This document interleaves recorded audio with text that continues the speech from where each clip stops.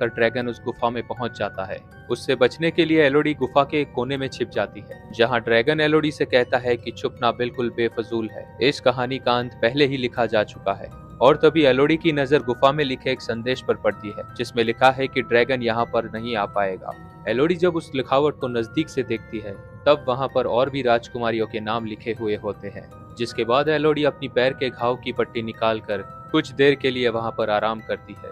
उस दौरान एलोडी को गुफा में और भी राजकुमारियों के होने का भ्रम होता है, और जब एलोडी नींद से जागती है, तब वो देखती है कि वो कीड़े उसके घाव को खा रहे हैं। लेकिन वो कीड़े चमत्कारी होते हैं, जिससे एलोडी का घाव बिल्कुल ही ठीक हो जाता है। और तभी एलोडी को गुफा में एक नक्शा भी दिखता है, और एलोडी को नक्शे और पहेलियों का शौक होने की वजह से वो उस नक्शे को आसानी से पढ़ पाती है। जिसके बाद एलोडी कुछ ही देर में कच्चे हीरो की खड़ी चट्टान के पास पहुंचती है, जहां से सूरज की रोशनी आ रही होती है।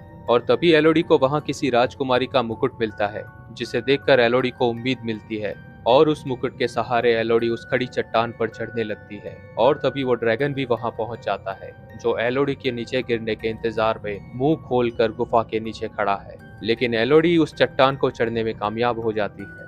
लेकिन जब वो गुफा के किनारे पर जाकर देखती है, तब पता चलता है कि ये वही जगह है जो उसने महल की बालकनी से देखी थी। लेकिन तभी नीचे मैदान में 4 घुड़सवारों को देखकर वो मदद के लिए आवाज लगाती है। लेकिन तभी वो ड्रैगन वहां पर पहुंच जाता है, और तभी एलोडी की नजर गुफा में लिखे उस संदेश पर पड़ती है कि इस गुफा में रुकना सुरक्षित नहीं है। और वहां उसे 2 राजकुमारियों के जले हुए कंकाल भी दिखते हैं।